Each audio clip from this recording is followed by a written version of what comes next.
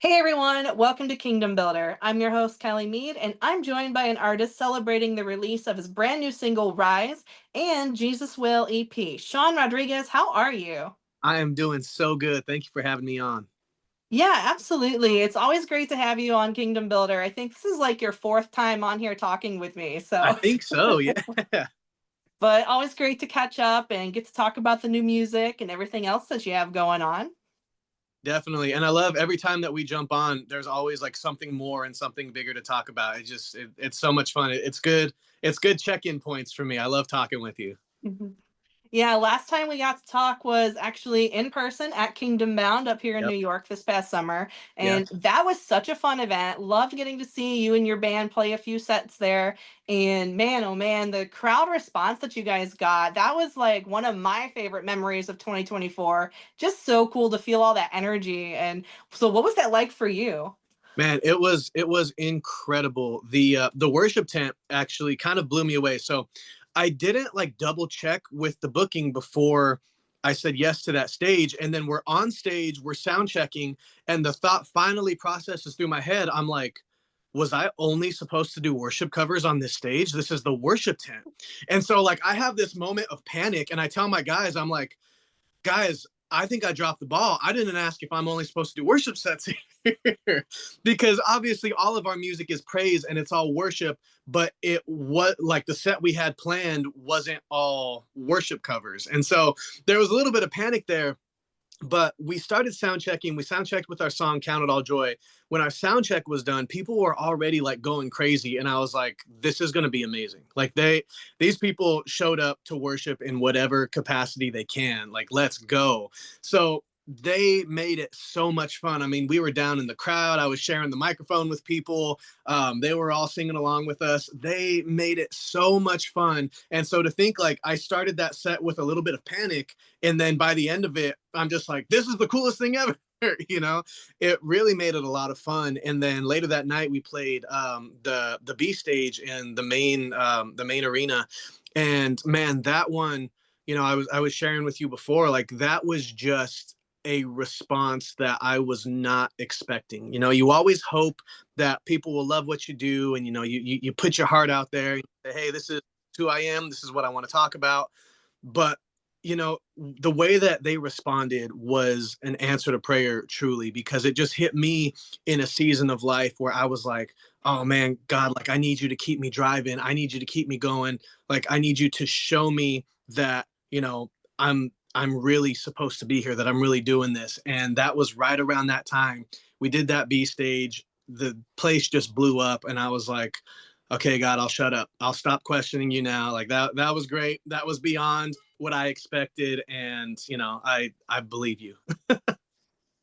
Yeah, that was one of the things that I was just like, when I saw you got announced for last summer, I was so excited because like having talked with you and listened to your music and like seeing some of the live concert videos that I had seen on YouTube and stuff, I was like, oh man, Sean's gonna be the perfect fit for that crowd. So that was just so cool to see. and I loved it. and just really quick, just because this Kingdom Bound was so memorable, this is something that not a lot of people would know happened, but that Monday night, I actually got to take my team and we hosted a silent disco for the youth that were camping there. And that was the craziest thing to me because my team and I were going there, and I told the guys, I'm like, guys, you're welcome to come to this. You don't have to, but you can come and have fun if you want. And so they all said, yeah, of course we want to come. And so we're driving, we're like, what is a silent disco, by the way? And we're thinking, I'm like, well, they asked me to prepare these songs, and we're gonna DJ this set, and everybody has headphones on. And so we're trying to think of what is this going to be about. And we show up, and man, it was so much fun. Like it was so far beyond. I think the way to summarize everything that happened for us at Kingdom Bound was so far beyond anything that we expected. And that was it was a smaller event. So that's why I said, if you weren't there, you wouldn't know that it happened.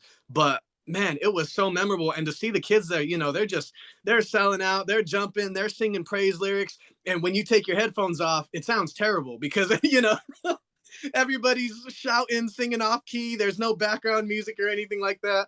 but it's the coolest thing to see.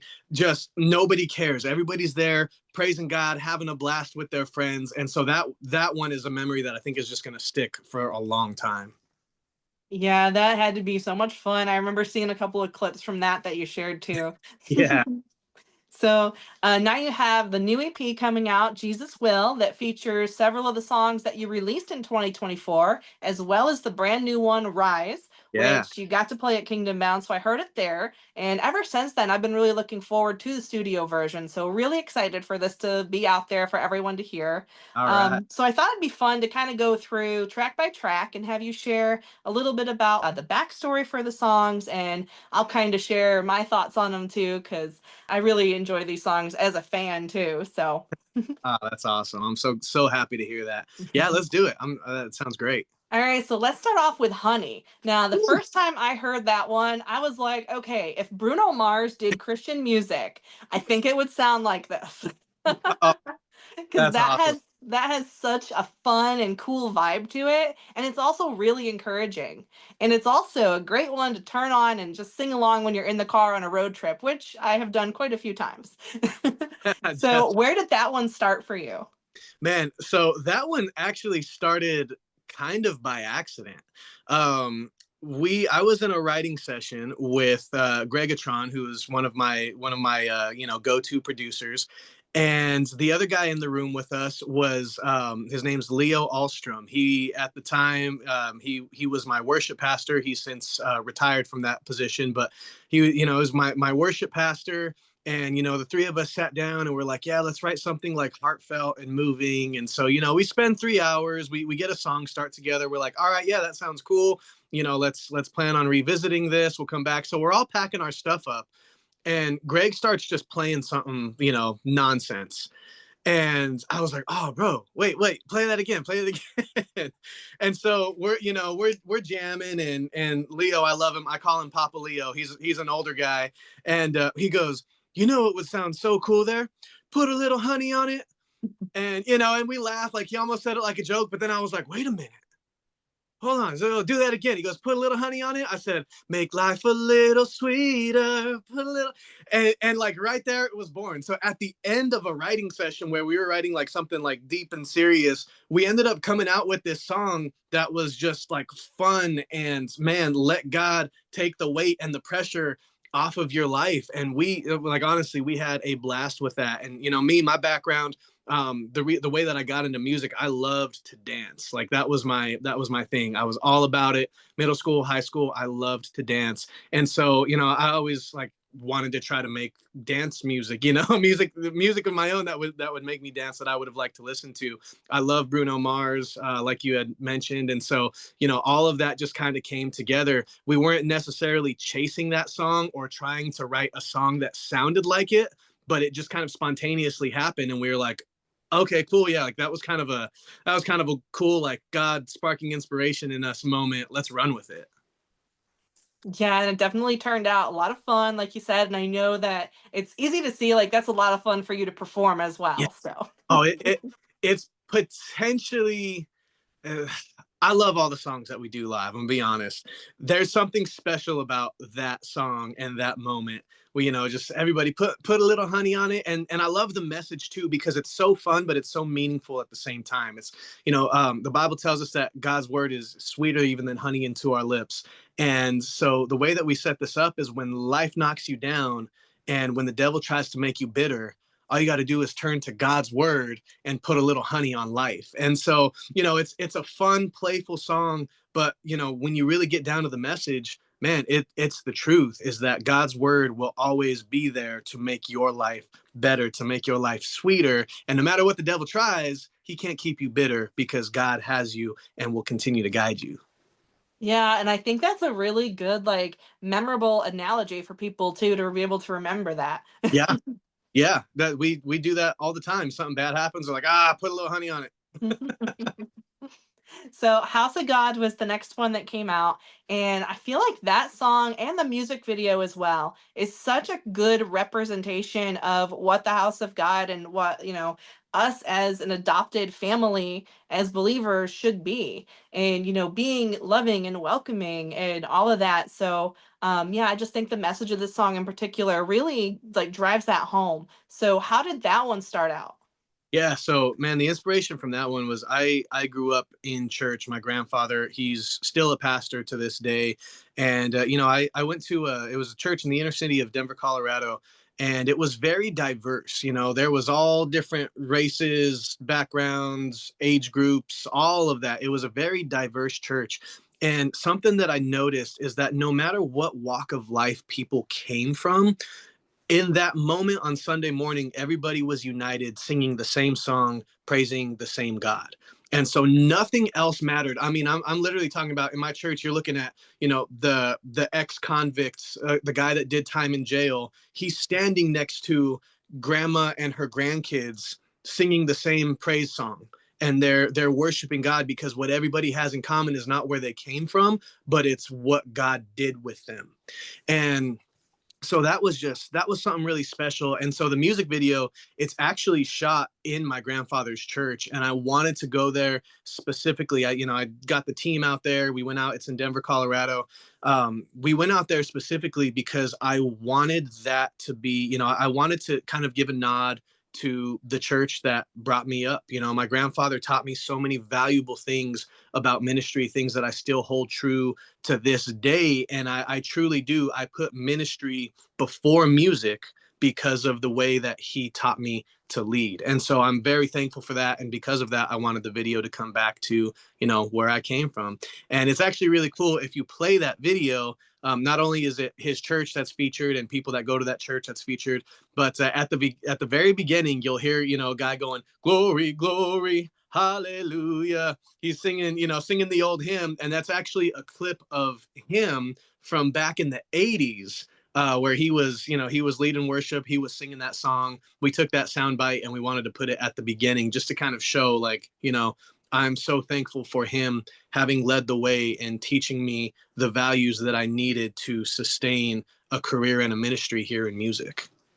Yeah, absolutely. And I think that that'll make it an extra special memory for you to have too as part of your career, Mm, to be able to incorporate that into the video and yeah. just the song itself. And like speaking of how it like music brings people together, God uses it in so many ways. And I think that even beyond the church walls, like we could even talk about how like when we go to concerts even Yeah. I feel like for me personally, that's like where I kind of feel the house of God coming into play. And because you Yeah. get to see all, all ages, people from all walks of life, and we're all there, we're singing the same songs and we're praising the same God. And it's just such a cool experience. And that's Yeah. become one of my favorite things about going to concerts is looking around at the crowd too. And Yeah. just getting to see everybody else being, how they're worshiping and just, really into it and just showing love to each other. It's awesome. Yeah, I mean, the Bible says where two or more are gathered in God's name, there his presence is with them also. And so, the house of God is everywhere for everyone who chooses to come forward. And, like you said, it unifies everybody. And so, wherever we are, whether we're in the church, whether we're at a festival, if we're just in the middle of downtown somewhere praising God together, the house of God is there with us because we are the house of God. Yeah, for sure.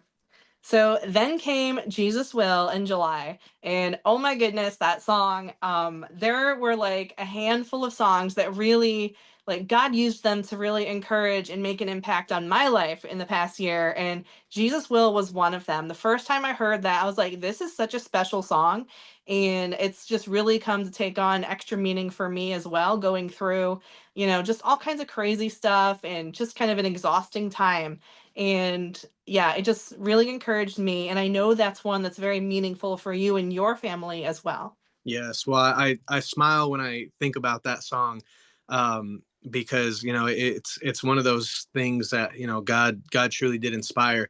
That song was the first year, or was the first song that I wrote in 2024, and it was after I had taken a long break. My aunt had just passed away unexpectedly. She was 48 years old, and it was a huge loss. To me and my family, she was just such a supporter and encourager, and she was the happiest person ever. And you would never think that she would be the one to go, the one that God would call home. But she was, and it truly did shock us. And so I took time off of music, from that November through the rest of the year, just to kind of be with the family and spend some extra time out home. And when I came back, I had scheduled a write, and it was supposed to be kind of like a Latin praise, upbeat, something like that. And we got in the studio, and the guy that I was working with, he starts playing something, and I was like, man, I'm just really feeling something right now. Like, do you mind if we shift directions and try something? And he said, yeah. So he starts playing something else, and that's when I just started to feel that, and God just telling me, like, look, these are the words that you needed to hear. And your aunt, being such the encourager and supporter that she is, these are the words that she would tell you, that she would tell the family. And that song really just, it hit me hard. Like, that was, I even posted a little story on Instagram. I was like, such an emotional writing session today, and it was just like the empty room, but it just really, that session really rocked me. And I had got the demo back, and I was like, man, this is special to me. And so I did something that I don't typically do, and I shared the song before it was like, before we even knew we were going to put it out. I just shared it because it really meant something to me, and I wanted to share what was on my heart. And I mean, like, instantly, a few minutes later, it's just like pudding, pudding, pudding, pudding. It's going, that the demo version of that song ended up going viral. And that's when it hit me. It was like, dude, you're not the only one feeling hurt. Your family's not the only one feeling alone. You're not the only one, because that's what the devil will do. The devil will isolate you. And when you go through something hard, he'll tell you, hey, it's just you. You're the only one going through it. And you get in your head like, nobody understands. And when you think nobody understands, and you don't want to talk to anybody, you don't want to share, because you have this whole, like, you'll never get me. I feel this way. I just need to feel this way. But really, there are so many people. Everybody has been hurt by life in some capacity. And I didn't realize how many people, even at that time, were searching for those words the same way that I was. And so I took that to my team. I said, guys, we have to put this out. Like, there are people really wanting to hear this. There are people wanting to hear these words, wanting to share it with their friends, with their family who have lost loved ones. And we did, and it just continued to spread and to do well. People continued to share it, and people put their own life stories with that music in the background and all of that. So just something that started as, writing words that I felt that my family and I needed, that turned into being words that many people around the world needed to hear. Man, that was just incredible. And I really do believe, like, if my aunt was here, she would be so pumped. She always said, oh my gosh, you guys, like, that was like her thing. Like, that she would always say that, like, the high pitched voice and everything. And I could just hear her saying that, like, oh my gosh, the song that you wrote, oh my god. So yeah, it's that is a special one to me. That's why the EP is named after that. Had the song had absolutely no success, it still would have been called the Jesus Will EP, and it still would have meant the world to me, because that was a song that I wrote because I felt that I needed it. Yeah, I think sometimes some of the best songs can come from those places when the songwriter is, a little bit more vulnerable and able to share a part of their heart through what they're writing. Because even if you feel like, well, maybe it's not going to do anything, but then you find out, oh, yeah, this is really connecting with people that are, like you said, they're going through the same or a similar situation. And I think God can really use those songs to bring comfort and just remind us that we aren't alone. So Yeah, yeah, that's in my opinion, it is one of your best songs so far. I just love it so much. thank you. And that's also one that you released a Spanish version of, Jesus Lohara. Yep, there you go. Lohara. So yeah, that one, it has a very beautiful arrangement to it as well. That's a little bit different than the English version. So what made you decide to release that particular song in Spanish? Man, it was a thought that we had, based off of the lyric and the message of the song. We said we want this message to impact as many people as it can. And you know, Spanish was a language that I am, you know, I'm familiar with, that I've had practice at. I mean, we would have released it in, you know, German and all of the other languages if we could, if I felt that I could, you know, get away with singing that way and doing it well. But we wanted the message to reach broader. We wanted to span to as many listeners as we could, because we said, man, people clearly need to hear this message. And so we said, let's try it. And, you know, something about Spanish music, the Spanish language is very beautiful. And if you listen to the kind of music, especially in those ballad types, they're just always very emotional. And so we wanted to recreate that and just, you know, capture that, just the kind of the rawness of the lyric with minimal instruments behind it, but enough to just really just sound so pretty. And I, you know, I love producer Nick Schwartz. I think he pulled it off incredibly. And yeah, just really cool opportunity to be able to, you know, branch out like that and try something new with this message for everybody. Yeah, and I've like it's so crazy because like I've always loved listening to music in Spanish because I do think it's a very beautiful language. Yeah. And but yeah, so getting to hear that, I was really excited to see that you released it because you didn't really tease it. You're like, "Oh, here Yeah. it is." Yeah, it was kind of something that we dropped, you know, because it truly was, it was more ministry and outreach focused than it was like career trajectory focused. You know what I mean? Like we weren't like trying to blow up in the Spanish market or anything like that. It was more like, how can we get, you know, more people, more cultures listening to this? And that was the answer that we felt we could do honestly, you know. Yeah, for sure. So in the fall, you released It Is Finished with Kevin from Disciple, and that song has just kind of Yeah. gone to the next level a little bit there. And it's been so exciting to see how God has been using it to reach so many people. And I know it's been doing really well as far as like holding the number one slot on Christian rock radio, Yeah. and it hit the top 10 in iTunes to start off this year. So I mean, that is just really incredible, and it makes me very excited to just see how it's like how it's going.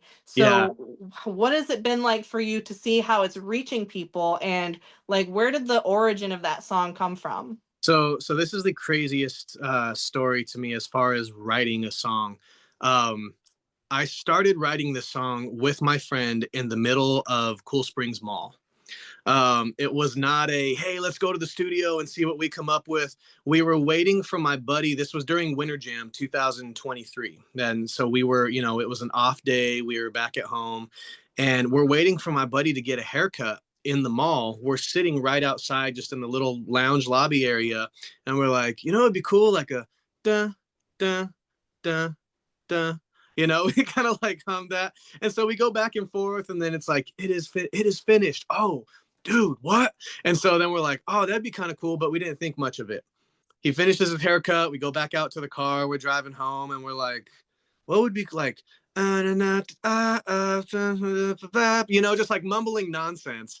And then at that point, it was like, whoa, hold on. We might have something. So I called Gregatron again. We get in the studio, and man, that was a writing session that felt like a movie writing session where like everything that you throw out is just working, and I promise you, people are high-fiving. We're like, oh, that's cool, you know, like it's whatever cliche writing session you would think of in your head, we were probably doing it.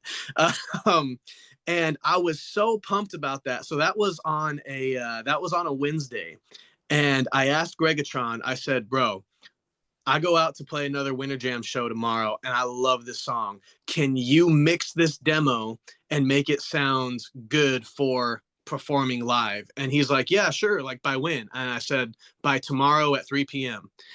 And he's like, what? Are you serious? I said, yeah. So I didn't tell anybody. You know, I didn't run it by my team. I probably should have, but I didn't run it by the team. I didn't, you know, check in with anybody. I just, you know, I went to the video guys at Winter Jam. I said, hey, bro, here's my set for tonight.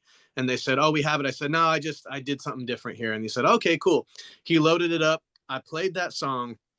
And on the first silent drop, when it goes, it is finished, and there's that kind of dead space, and then the instruments hit, I will never forget that moment, because when the instruments hit everybody just lost it. They was, ah, you know, crazy. And I was like, man, I think we got something special. And that was actually the first night that Kevin Young from Disciple heard that song, and he was like, "Dude, what was that new song?" I said, "Oh man, that was something that we worked on last night, and I was so excited about it. I wanted to try it." He's like, "Man, that was awesome." So he was pumping it up. You know, he was such a great just encourager and motivator on Winter Jam. So he was pumping it up. And then the week later, I had the idea. I was like, man, Kevin would sound way cooler on this song. And so I brought it to him on the bus. I said, man, what would you think about jumping on this song with me? And he was like, done. And I said, well, but like, what would you need? He's like, nothing. Let's do it. Let's go. And I was like, what? So then it became crazy. And so we had to finish the tour. You know, we had to do all of that. It took us a little bit of time to actually get together and do that song. But man, the wait was so worth it. I love the sound of it. I love the feel of it. It's a victory anthem. It gets people hyped up. Everybody's like, oh, this is my gym song. This is my running song. It's like, I want the feeling of that song to match the message of that I bring, which is you can do it. You know, like God has a plan, God has a purpose for you. Get up and go attack life. And I believe that that song is bringing that message. Like, look, we've already won with God. There is nothing that can stop us. So move in that confidence, walk in that confidence because God's already handled it all. And so such an exciting song. You know, I was reading through some comments the other day, and you know, I was on Instagram, and the biggest compliment in the form of a insult was, "Oh my gosh, these guys sound just like the world. I can't believe it." And I was like, "Thank you," because like that means that we are appealing to a market that's not just Christian. But if you read the lyric of it, it is very explicitly Christian, and it's almost like we're singing the gospel message in that song. And so to hear this sounds like the world, this doesn't sound Christian, man, that gets me pumped up because that means that non-Christians and people in the world will actually listen to it, and they'll be hearing the gospel in this form that they're actually willing to listen to. And so, you know, to hear that, to see the way that it's all coming together, it really is, it's incredible. And you know, it's like I said, it's our victory anthem, and that's what we believe. You know, it's exciting. Yeah, and like you kind of touched on something there saying how a song like that, maybe it's gonna reach somebody that doesn't normally listen to Christian music. They'll hear the beat, they'll hear, maybe Kevin's scream vocals Yeah. even. Yep. Like they'll hear that and it'll be like, whoa, what is this? Yeah. And then they'll dive a little bit deeper and actually hear the words. And I feel like I can put you on the list of like, people like Skillet, Toby Mac, Disciple, just different ones that have been able to kind of, blur the lines a little bit there and bring more people over into Christian music and really affect their lives just through, like I said, maybe they heard a beat that they loved, but then Yeah. when they dove a little deeper and they found out, oh, there's more here. Yeah. So I think that's Uh, really important to have songs like that. Yeah, I'm seriously, I'm so pumped about those comparisons that you made because those people do it so well. They appeal to an audience outside of the church without sacrificing the integrity of the message, without watering down what the gospel truly is. They find a way to make the gospel something you want to listen to. And so, you know, to be just kind of have a song in that realm of things is an honor to me because those are some of my favorite artists growing up. So it's really cool to hear that. Mhm. So yeah, it is finished. It's been fantastic to see, and now we have Rise, which I don't think a lot of people, unless they've seen you live, they haven't really been introduced to this song very much yet. So I'm excited for more people to hear it because, like I said earlier, it's one that I've kind of been waiting to hear the studio version of ever since hearing it live. So I'm excited for it to come out. So let's hear the story behind that one. Yeah, so that song, man, I really wanted to chase down that song because we have with Honey, we have pop. With House of God, we have R&B. With Jesus Will, we have a ballad. With It Is Finished, we have rock. And I said, I want to find something that brings us back to traditional praise music. That brings us back to, you know what? We are going to just lift up the name of God, and we are going to celebrate what he's done for us. And so, the lyric in the chorus of that is, I've got a new heart, a new hope, a new song in my soul. You pulled me from death to new life when you told me rise. And it truly is like, it's not, we didn't try to get like, metaphoric or anything like that. We said, let's just do a straight praise song, and let's lift it up. Let's just turn up the sound of praise.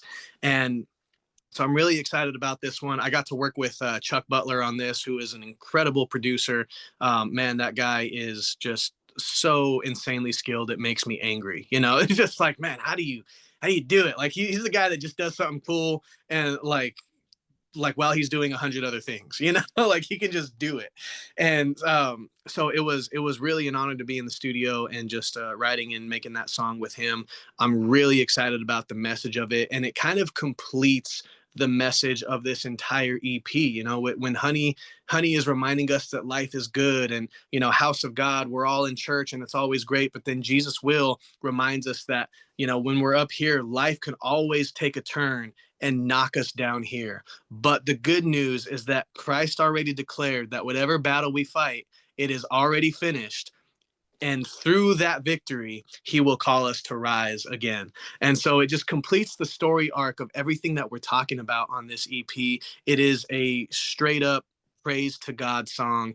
And it just makes me feel like, honestly, the song makes me feel happy. When I listen to it, when I perform it, I just reminded like, God, you're good. Like I got a lot to be happy about. So yeah, I hope people can pick up that same feeling when they hear this song. Yeah, I love that. That's so cool. So, like as I've told you before, it's been so awesome seeing how God has been working through your music to reach people, and also through you as a person and in your life just over the past couple of years since we first met.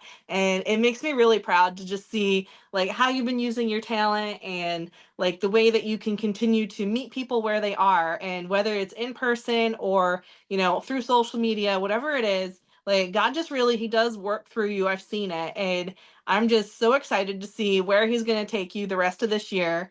And speaking of the rest of this year, what are some things that you're able to share that you're looking forward to?